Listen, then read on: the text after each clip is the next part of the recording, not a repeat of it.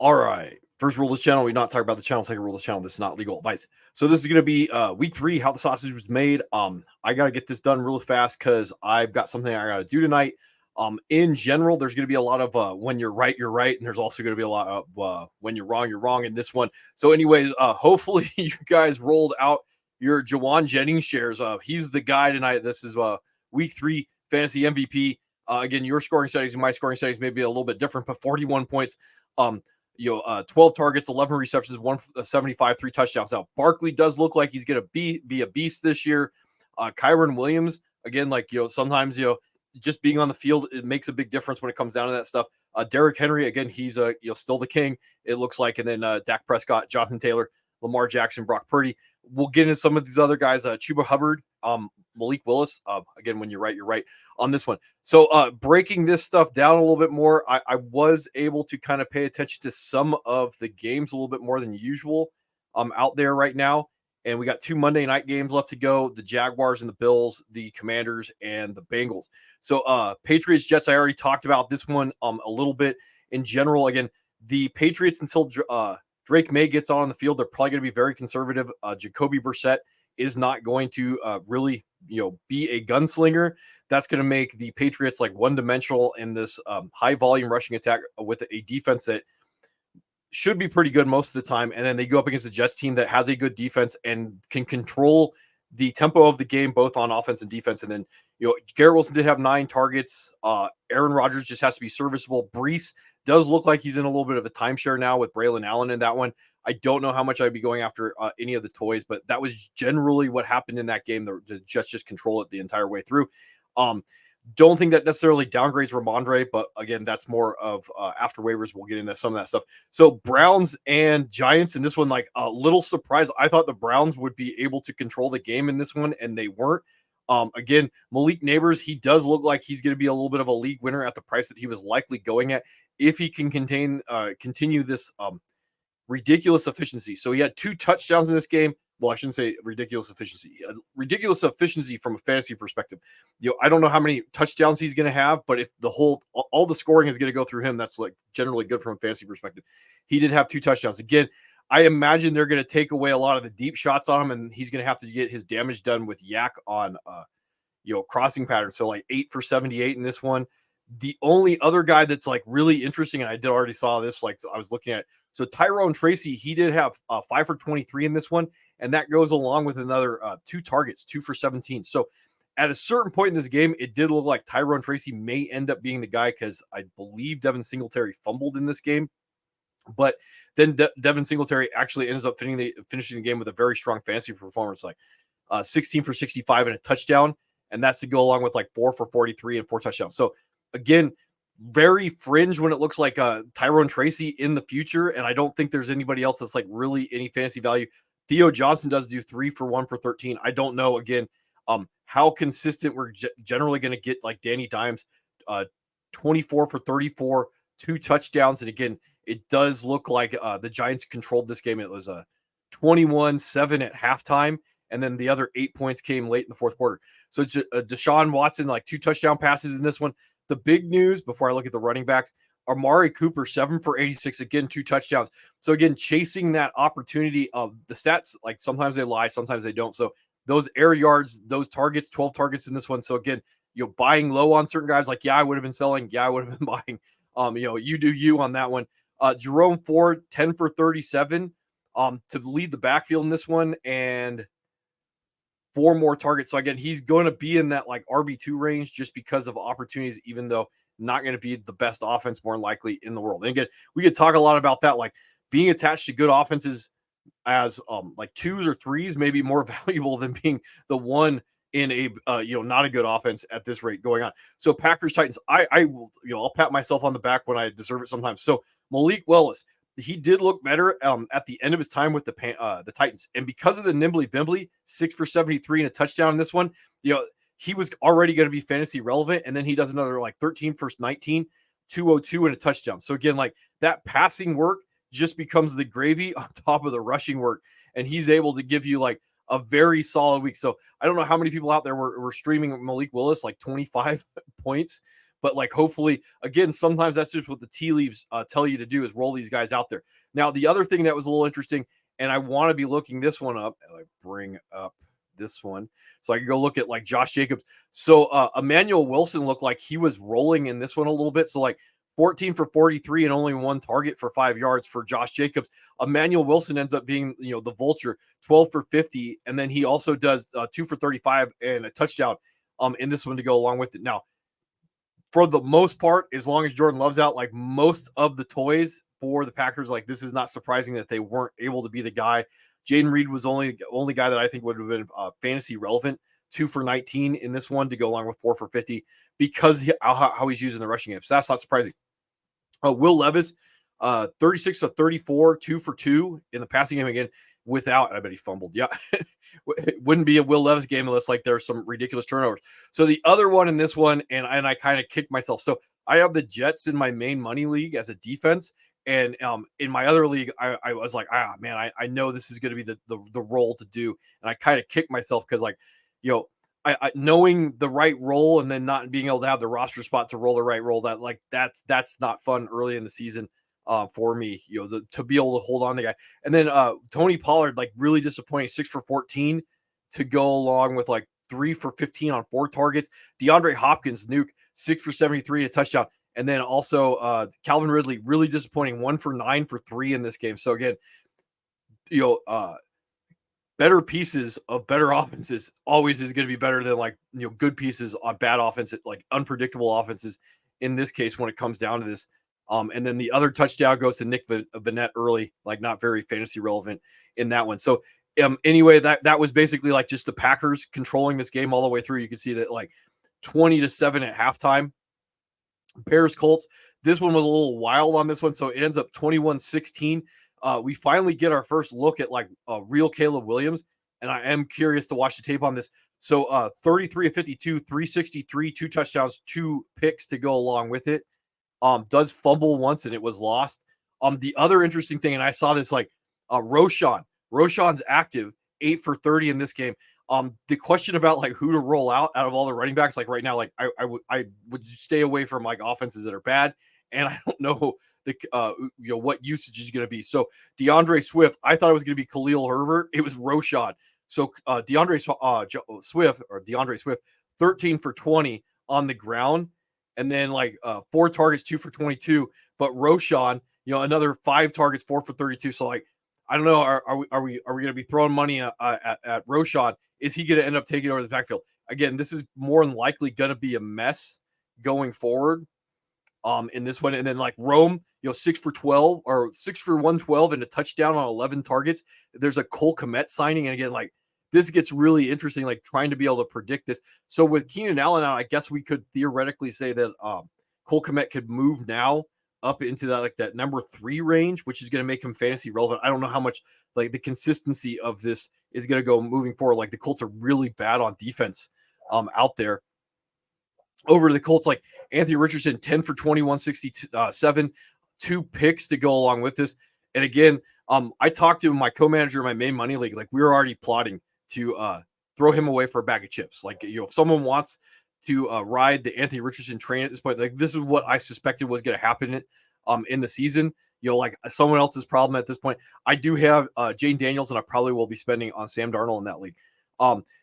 Jonathan Taylor, 23 for 110, 2 touchdowns, does get vultured by Trey Sermon in this one. Alec Pierce, again, like, 1 for 44. He leads everybody. This is not pretty. Michael Pittman, 4 for 36. And again, like I have him in one league. I'm not happy about that either. And then Jonathan Taylor does get like 1 for 25 on 2 targets to go along with it. Josh Downs back, 5 targets, 3 for 22. Adonai Mitchell, like he's going to be the odd man out, it looks like, in this offense. And again, when snap shares come out, trying to figure out like who's going on, I probably would be leaning towards like getting away from everybody that's not Jonathan Taylor in this one going forward. And then Roshan does, I'm a little interested to see what the snap share is going to be with Roshan versus some of the other backs. The big one in this is if this is more what the Bears offense is going to look like from a fantasy perspective. I don't care about real life.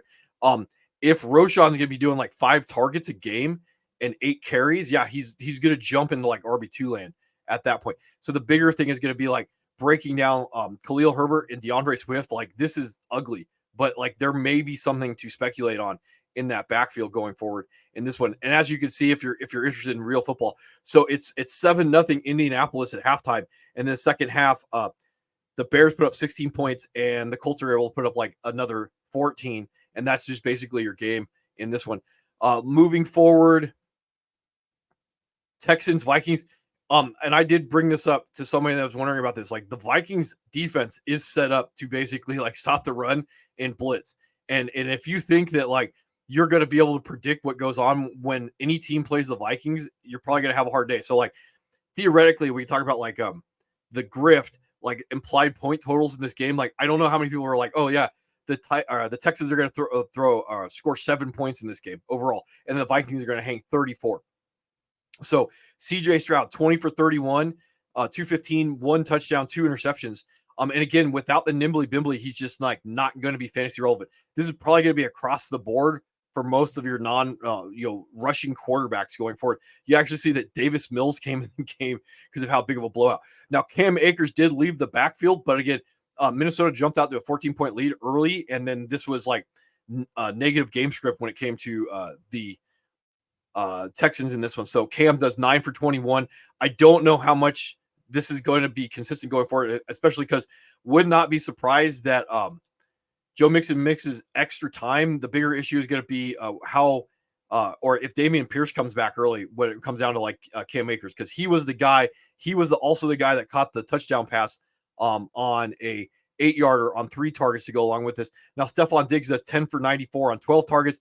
Nico does look like he's going to be, a true number 1 wide receiver this year because he does 10 targets, 4 for 86 in this one. So he's able to still give you a 40-degree day, and that's generally what you want out of a true number 1 wide receiver in fantasy is his ability to do that.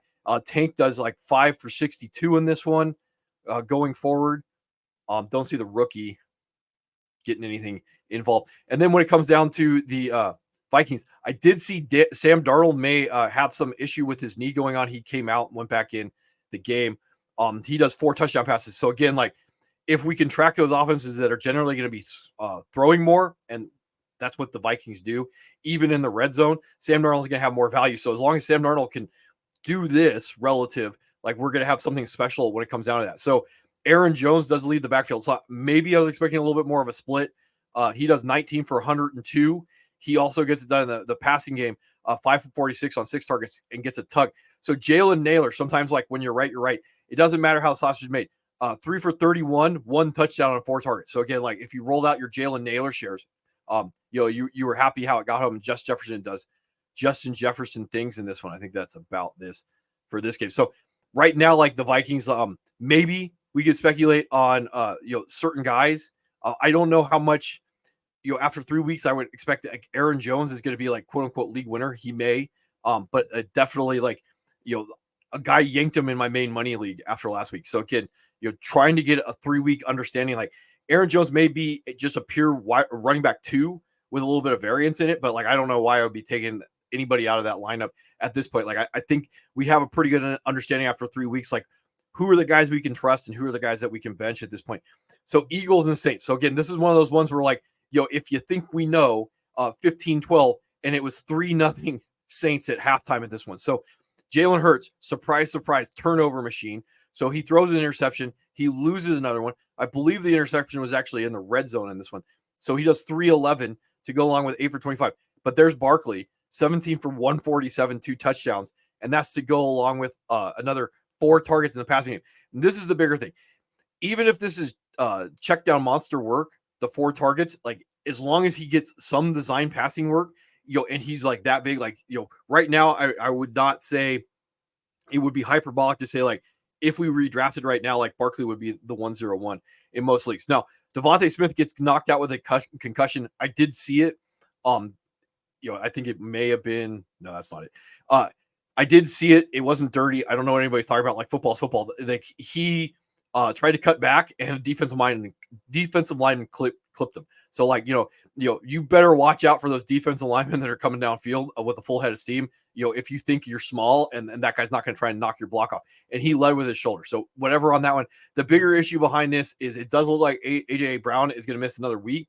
and there's no guarantee with those concussions anymore. So trying to guess like outside of Dallas Goedert, who, yeah, I probably would have still been rolling him out like 11 targets, 10 for 170 in this game. Again, right now he would be the number one in that offense. So, a lot of value at least for one more week, because I don't know who else they're going to throw to outside of him.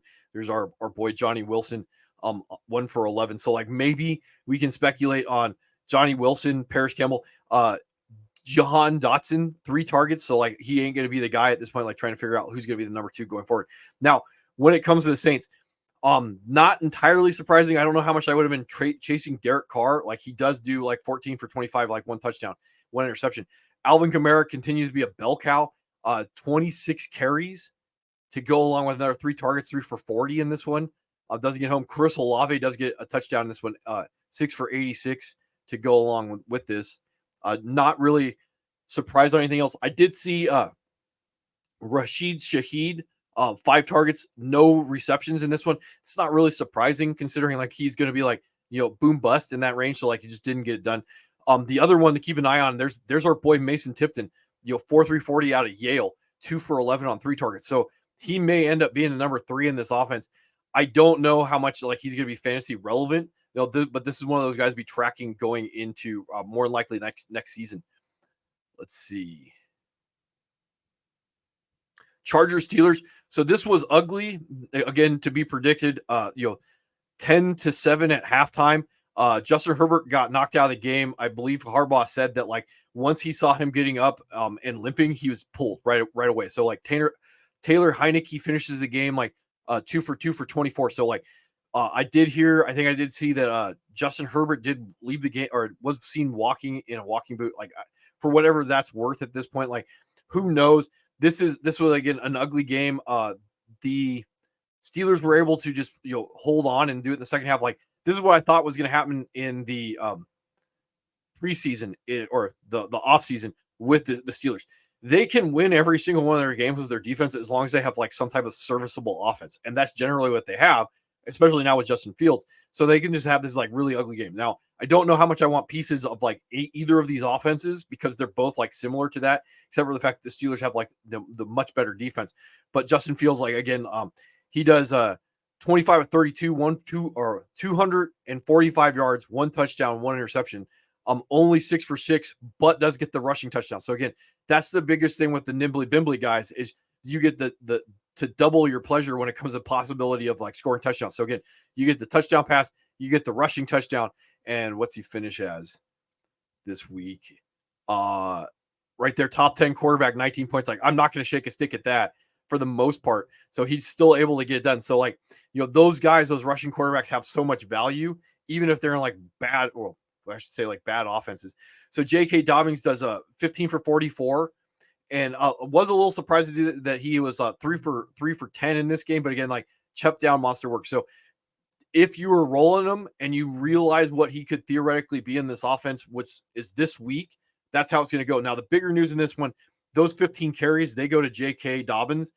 Only 3 go to Gus Edwards. So at this point, like maybe we can speculate that J.K. Dobbins has won the job all the way. Now, Quentin Johnston, he does score a touchdown pass on 2 targets. Ladd McConkey, 6 targets, 3 for 44. Now, I did drop him in my competitive league because that ain't going to win me a league in this case. Now, with the game script, those 6 targets, like maybe, but again, this is just an ugly game without Justin Herbert. And if Justin Herbert misses any time, I don't necessarily think I want like any parts of anything to do with that. And then in general, I did see that George Pickens was 7 targets, 5 for 57. Calvin Austin III, this is the surprising one. 4 for 95 and a touchdown, long of 55 on 5 targets going forward. So that would be, I don't think he's fantasy relevant. I just don't know how much consistency you're going to get out of him. So like, this is like Alec Pierce. Like, yeah, he's going to fall in that category where he's probably going to have like 2, maybe 3 fantasy relevant weeks because when he lands on that one. Let's see. Broncos and Buccaneers. So this was another surprising one. Again, I did roll the Buccaneers knowing that I should have been rolling the Packers in this one. So 26-7, and the Buccaneers just like jumped on top of them like 14-0. And I believe one of these was a Baker Mayfield pick that led to that. And then it's 20-7 at halftime, and then nothing. Expecting that you're going to get like some type of the ability for the Buccaneers to turn this in a game in the second half, and it just generally didn't happen in this one. So Bo Nix, serviceable, but the nimbly bimbly 9 for 47 and a touchdown to go along with that. So this is interesting. I didn't even look this up. Quarterback 10 going into the Monday night games just because of that nimbly bimbly. Now, how much would I be chasing Bo Nix like outside of like two quarterback leagues? Two quarterback leagues, Bo Nix should have been drafted because of that nimbly bimbly. Like one quarterback leagues, I'm not sure I would necessarily be trusting that at this point going forward. Did see Cortland Sutton 11 targets. So again, like, buying those guys cheap early. I don't know how consistent any of this is going to be, but like chasing those targets, just like Amari Cooper, little Jordan Humphrey, again, 8 targets in this one. Like, but those are all like check down monster targets. Nobody else that's really interesting to go along with this is, especially like the other interesting thing is we're looking at Tyler Beatty. I don't know anything about him leading the backfield. That's somebody I have to look at. 9 for 70 in this one. Jaleel McLaughlin and Javonte Williams, 5 targets apiece, or 5 carries apiece. That's about all that. Baker Mayfield, again, like not particularly efficient. The one thing I was talking to like one of my co-managers who's in a more casual league on the outside, and he was like, "Hey, do you think I should roll Rachaad White?" And I was like, "Probably not." Expecting that this was going to be a blowout in the opposite direction, but it ends up working out the same way because I was like, Rachaad White probably is going to have a groin, and Bucky Irving's going to probably take over the backfield. It just happened that it was probably the other way around in this case, where Bucky Irving took over the backfield because of the blowout in the other direction. That's going to be a little bit interesting on the snap share and where the carries took place in the game. And again, the other little disappointing is Rachaad White did get the 6 targets in this one, 5 for 18. Chris Godwin keeps up a league winner, 6 for 53. I don't know how much those touchdowns are going to remain consistent, but again, like 9 targets does get one done. First, like somewhat Cade Otton week, 7 for 47. Mike Evans disappoints. Jalen McMillan disappoints in this one also. All right, Panthers and Raiders. So again, when you're right. Sometimes like this is why I say like buy these guys on the cheap because you don't know. And I'm sure no one was trying to hold on to these guys going into this game. So the Red Rifle, 26 of 37, 318, and 3 touchdowns.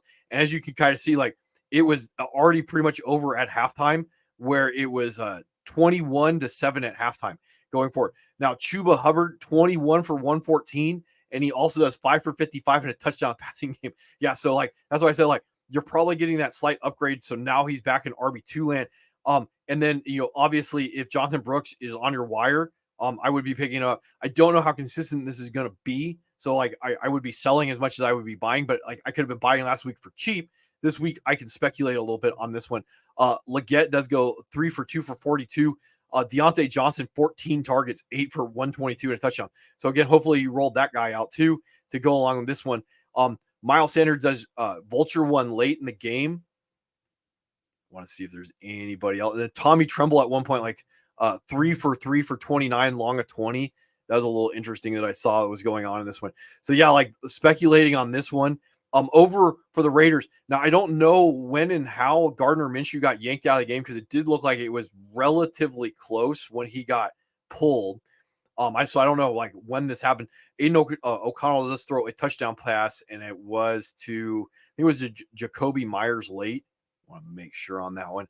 Trey Tucker did do it. No, it's to Trey Tucker later in the game.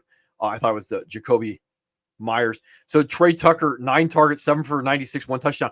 And again, this is going to be a snap percentage thing because trying to figure out like if the Raiders are living in 3 wide receivers, we're guessing that we're going to be in 2 tights, and they weren't.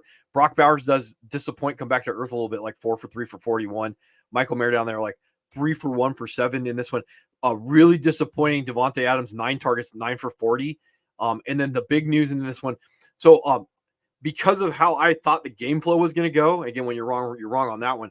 I thought that this would be a good game to roll out your Zamir White. So 10 for 34 in general is not necessarily bad from a usage standpoint. It's horrible from a fantasy standpoint. The other thing that I saw is Alexander Madison. Again, he just comes into the goal line. He vultures a touchdown. So now after 3 weeks, it don't matter. He ain't going to get the right opportunity. He ain't going to get the passing game. He ain't going to get the red zone work. Alexander Madison is going to be more valuable. So like now you're talking about like theoretically even just releasing Zamir White even because of the opportunity. Not a good offense. You're not going to get the right work. Like I don't probably care anymore in this one. And I do own him in one of my leagues. Dolphins, Seahawks. So this was not surprising in any way, shape, or form. So like the Seahawks did not particularly look good, but you know who looked worse? The Dolphins. So they jumped out like 17-3 in the first quarter, as you can see, and then it was just an ugly game after that point. Charbonnet punches one in the fourth quarter because I rolled Charbonnet in one league, so I was paying attention to that. So in general, like Skylar Thompson, one of the things that I did see is Skylar Thompson had more time to throw than Tua did, which I thought was a little surprising. This one, he gets yanked for Tim Boyle late, so like, yeah, who knows? Devin Achane, 11 for 30. In this one, he did look good to open the game up, another 3 for 28 in this one. So again, I would probably still be buying if your owner of Achane is now skittish, because like it does look like they built the offense around him a little bit. Tyreek Hill and Jalen Waddle, they both disappoint in this one. That's not to be surprising. Again, if you're those owners, I'm probably going to be guessing that I'm holding to find out like what's going to go on with Tua before I really want to make a decision on that. If someone wants to show up and overpay for these guys, yeah, I'd probably be thinking about that too at that point. But I'm not going to be, selling low at this point because again, like not enough information. I don't know what I would be getting back to be worth on it. The only guy that I'd probably be paying for is Achane. I do think that they could kind of figure out the quarterback situation. Like Huntley, if he ends up taking over, that could happen. The offense could be at least be serviceable at that point. Now, Charbonnet did look not good early in the game because I was watching that. Did punch one in on the opening drive and then one late. So 18 for 91, 2 touchdowns. So he's still a bell cow. I would imagine that it's going to be a 50-50 chance that like Kenneth Walker comes back. If he doesn't come back, you're getting another week of like probably like solid RB2 when it comes to Charbonnet, because he also did like 4 targets, 3 for 16 to go along with it. Now, the other thing to talk about with Charbonnet would be like, yeah, at this point, absolutely should never hit the waiver wire again, because now we can see that like this is what he's going to do if there's another Kenneth Walker injury going forward. Now, DK Metcalf, 4 for 104 and 1 touchdown. That was on that 71-yarder early in the game. That was like the second offensive possession that was going on out there. And then everything else is not entirely surprising. There's our first like quote unquote Noah Fant week, 6 targets, 6 for 60 in this game. So again, I imagine that this passing game for Seattle is going to be like, who you want us to beat us with? Yeah, we'll just go do that this week. So like we've had 2 DK weeks, we've had a Tyler Lockett week, we had a JSN week. Now we have our first like Noah Fant week because he's tight end, and that's all he has to really do to be relevant in this one. All right. Ravens, Cowboys. So this was another interesting one that I saw. Like, so Ravens jump out, and you can see that this was 21-6 at halftime. Then they put another 7 in the third quarter. And then the Cowboys put up 19 late. I think the Cowboys may have actually had like one more possession late to get within 3. So this looked like a really ugly game where all your toys were landing for the Ravens, not Mark Andrews. And then after that, like Dak Prescott like does 379, 2 touchdowns to finish the game off. So Derrick Henry, 25 for 151, 2 touchdowns in this one. Again, Rashad Bateman to further exacerbate the conversation about like Zay Flowers and Rashad Bateman. So Zay Flowers does 4 for 3 for 20, no touchdowns. Rashad Bateman, 4 for 3 for 28 and a touchdown. So like, yeah, I don't know which way to go on that one when it comes down to it. Mark Andrews, 1 target, period, no receptions. Isaiah Likely, 1 target, 1 receptions. And remember, they barely ended up winning this game in this one to go along with this. Now, the Cowboys backfield, maybe we can talk about, is leaning towards Rico Dowdle. Again, I'm still waiting on Dalvin Cook to show up and put pads on this one. But again, like look at the game script and go like, well, what were the Cowboys mostly doing in the second half to go like 379 passing in this one? Now, Jake Ferguson, back 11 targets, 6 for 95 in this one. CeeDee Lamb, 7 targets, 4 for 67. So again, like very close to a sub 40-degree day for CeeDee Lamb. Not something that I would like if I was paying for that in general. And then everything else, not particularly interesting when it comes down to that. Let's see. 49ers, Rams, did see this one. So 49ers jump out. We already talked about like Jauan Jennings. Hey, those targets got to go someplace. And if you can predict that ahead of time, 12 for 11, 175 and 3 touchdowns. So no Kittle, no Debo, no CMC. Brandon Ayuk has looked like hot garbage so far. So like, where do you think the football is going to go to? Like, hopefully you did what I said, not what I did. And you rolled out your Jauan Jennings here, because this was like somewhat, well, I shouldn't say somewhat. This was very predictable. The 49ers paid him. They liked him. And then, if you're going to take somebody away, it's probably Brandon Ayuk, who's left to throw the football to, it was Jauan Jennings. Now, the other thing was that Kyle Juszczyk, 1 target, 1 for 6 in this one, is the 49ers jumped out to a 14-7 halftime lead, and it was not close at that point. Then they were up 21-7 in midway through the third quarter, and this game was not close. Like, this flat out not close in this one. So then all the craziness happens where the Rams score late in the third with 3:53 yet, and we'll talk about Kyron Williams here in a second. Jake Moody goes 24, or makes it 24-14 for the 49ers.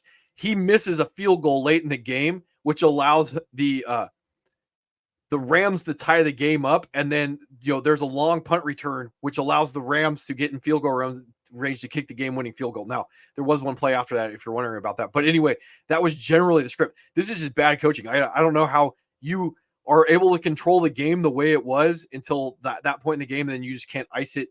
And then through bad management, this is the same thing that like cost the 49ers the Super Bowl at that point. Like, I don't know what you're doing as a coach when you're just throwing wins away. Like, you had control of this game. Now, can you control your kicker missing a field goal? Yeah, kind of, somewhat.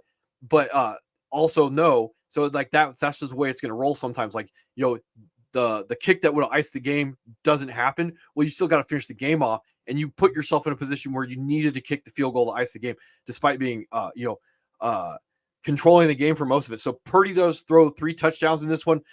Jordan Mason, 19 for 77, another 2 for 2 for 11. So remember, there's a big difference between like what an RB1 will give you because of the receiving floor and what an RB2 will give you because he's just going to get like the bulk volume carry, like volume-based RB2. We'll talk about Carson Steele here in a second when we get down to that. Now, I also did see that Isaac Garriendo did play, and they were motioning him out wide. I did see that on Twitter. So I don't know what the snap share is going to look like. If you're wondering, some of the speculation that I've seen is like CMC maybe after week 10, because I believe the 49ers have their bye week somewhere down the line. If I can pull this up. I don't even know where the bye week is. But anyway, like that's what I'm hearing is their bye week's around week 10. And so it may not be too much of a stretch to think that we're going to see CMC after that bye week right there. After the Rams, you're probably looking at CMC maybe coming back like 12-22 against the Dolphins because they can hold them out that theoretically that long to if it's tendonitis, Achilles tendonitis, that's how bad that injury theoretically could be. So if they don't need him to come back, this is how long they could be waiting on him. If you're speculating, again, like this is just pure speculation when it comes down to it. So if Jordan Mason is just going to be in that volume-based RB2 because he's not going to get that receiving work, yeah, you're banking on him falling in the end zone because he's just not that the other part's not going to happen. So I'm not saying hit the panic button. Just again, remember what you have versus what someone wants to pay. If they're going to treat him like an RB1 when he's not, and they're going to give you that RB1 return, that's something that maybe you would be thinking about because you can look at the lack of receiving work that's going to happen. Now, when it comes to the Rams, no Blake Corum again, this one, Kyron Williams, again, when you're wrong, you're wrong.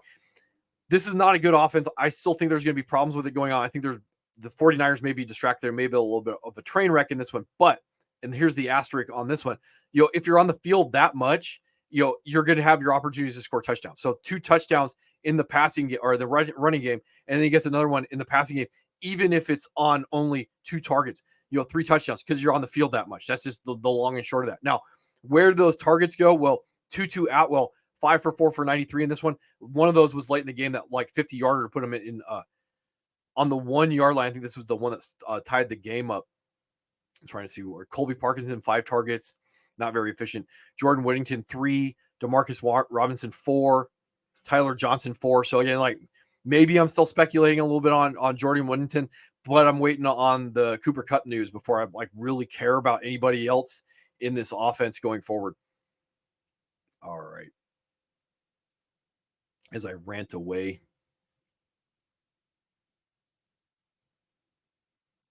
Lions, Cardinals. Didn't see a lot of this one. It was close. Lions 20-10 at halftime. A field goal late in the game. So again, like closer. I shouldn't say it was close. It did look like the Lions were going to control this one late. I think they ran the clock out. I think I was watching this. Like David Montgomery was running the clock late in the game. 23 for 105 with a touchdown. Jahmyr Gibbs scores on a lateral. Did see that one, a hook and ladder. So like that's how it goes sometimes. Like it's still going to give you 6. Jameson Williams, like not particularly efficient, like 3 targets in this game. So that's what you're probably buying at this point. 8 targets for the Sun God. Did see that Laporta was taken out of the game on a stretcher or sprains ankle. So there you go. That's your answer to that one. Did see that one. David Montgomery, 3 targets, no targets. There's no targets. 20 yards and a touchdown for Jahmyr Gibbs in this one to go along with 16 for 83. That's generally what the offense is going to look like this year. Kyler Murray, another Marvin Harrison touchdown, 11 targets, 5 for 64 touchdown. Michael Wilson, hey, when you're right, you're right. 9 targets, 8 for 64 in this one. McBride, 6 for 20, 3 for 20, 25. Kind of get an idea how this is going to go down. James Conner, 1 target. So again, like volume-based RB2s, know what you got in this one. Trey Benson, 2 carries. DeMercado, 2 carries. Neither of them involved in the passing game. And then the last one, and I was kind of following this one. I had a lot of pieces in this one, the Chiefs and the Falcons. So was watching this on the old cell phone as I was doing stuff that I was supposed to be doing. Patrick Mahomes, again, like just probably streamable at this point, like 217, 2 touchdowns to go along with 6 for 17 in the passing game. So Carson Steele, yeah, volume-based RB2 attached to this offense. One of the interesting things that I would be looking at, like 2 targets, is if he can take on more of the Samaje Perine role. So early in the game, I did see that Perine, 6 for 25. This was all early. And then Carson Steele just took over the backfield the rest of the way. Now, Samaje Perine, 4 for 3 for 15 in the passing game, if he continues to have that, which we were expecting that to occur even with Pacheco. Yeah, you're not going to get anything more than like some type of volume-based RB2 when it comes to Carson Steele. But 17 carries attached to this offense that is probably going to be like no worse than like okay, serviceable. Yeah, you're still going to have your opportunities to fall in the end zone. So if you're planning on rolling Carson Steele somewhere in like a flex RB2 range, you got what you paid for. That's what it generally looks like at this point going forward. Rashee Rice, again, one of those other guys that we can talk about, like league winner, 14 for 12 for 110 and a touchdown. I will talk about Travis Kelce real quick. In my less competitive league, yeah, he was being shopped and no one wanted him. I mean, I'm talking like bags of chips were being thrown for like Travis Kelce, and everybody was like, dude, like, I don't want your bench trash. That was the actual sentiment going on when it comes to Travis Kelce. So 5 for 4 for 30 in this one. That's the easy way to go. Over with the Falcons. And if you're wondering about this game, some interesting stuff went on. Tyler Algier got stuffed on 3rd and 1, which brought up like 4th and 1, and then Bijan got stuffed like on, right there, 3-yard loss. And then that was basically your game at that point. So again, if you're wondering about like how the game went, did see some interesting calls in this game. That's all I'm going to say on that one. Falcons did look better overall on offense. So you look at Kyle Pitts, like 5 for 2 for 59. There was a 50-yarder that set up like a Bijan 1-yard plunge. Mooney again, like I don't know how consistent this is going to be. I think the Falcons offense will continue to get better. And then he's only going to be in that boom bust land. But like, again, 8 targets, 8 for 66. If you're in deeper leagues, and you want to know about that. Drake London does score on a 14-yarder to open the game up on 9 targets, 6 for 67. So again, like maybe you're still looking at the possibility of getting back what you paid for when it comes down to that one at the end of the day. But that's what generally you're looking at. And then Bijan falls in from the 1-yard line, 16 carries, 31 yards. In general, not too concerned. If you're wondering about the Falcons, like Chiefs probably one of the better defenses in the league. So like to be expected that it was not going to be a gimme when it comes to your fantasy guys. But like Bijan falls in the end zone, he salvages your day to go along with this one, like only 2 targets. But generally that's what I got. And then hopefully I will get the stats broken down tomorrow. I'll get the Dragon out, and then after waivers sometime on Tuesday night.